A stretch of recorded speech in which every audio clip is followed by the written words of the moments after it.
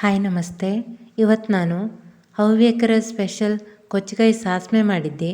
ಕೊಚ್ಚಿಕಾಯಿ ಸಾಸ್ಮೆನ ಹೆಂಗೆ ಮಾಡಿದ್ದೆ ಹೇಳಿ ನೋಡ್ಕೊಂಡು ಬಪ್ಪನ. 1 ಕಪ್ ಆಗಷ್ಟು ಕಾಯಿ ತುರಿಯನ್ನು ಹಾಕ್ಕೊಂಡಿದ್ದೆ.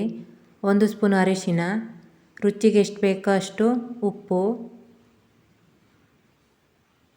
1 ಸ್ಪೂನು ಸಾಸಿವೆಯನ್ನು ಹಾಕ್ಕೊಂಡಿದ್ದೆ. 2 ಕೊಚ್ಚಿಕಾಯನ್ನು ತಗೊಂಡಿದ್ದೆ. ಕೈಯಲ್ಲಿ ಸ್ವಲ್ಪ ನುರ್ಕೊಳ್ಳವು. ಕೊಚ್ಚಿಕಾಯಿಯನ್ನು ಹಾಕ್ಯತ್ತಿ 4 ರಿಂದ 5 ಬೆಳ್ಳುಳ್ಳಿಯನ್ನು ಹಾಕ್ಯತ್ತಿ. 1 ಸ್ಪೂನು ಎಣ್ಣೆ ಹಾಕ್ಕೊಂಡು ಗಾಂಧಾರಿ ಮೆಣಸನ್ನು ಹುರ್ಕತ್ತಿ. ಗಾಂಧಾರಿ ಮೆಣಸಿನ ಬದಲು ಹಸಿಮೆಣಸನ್ನು ತಗೊಳ್ಳಕ್ಕು.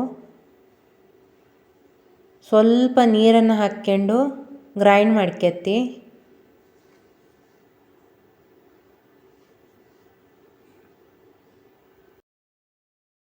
ಒಂದು ಸ್ಪೂನ್ ಎಣ್ಣೆ, ಅರ್ಧ ಸ್ಪೂನು ಸಾಸಿವೆ, ಒಣಮೆಣಸು, ಬೇವಿನ ಸೊಪ್ಪನ್ನು ಹಾಕ್ಕೊಂಡಿದ್ದೆ. ಬೆಳ್ಳುಳ್ಳಿನ ಸಣ್ಣಕ್ಕೆ ಕಟ್ ಮಾಡಿ ಹಾಕಿದ್ರು ಚಲೋ ಆಗ್ತು. ಈಗ ಒಗ್ಗರಣೆ ಸೇರಿಸ್ಕತ್ತಿ.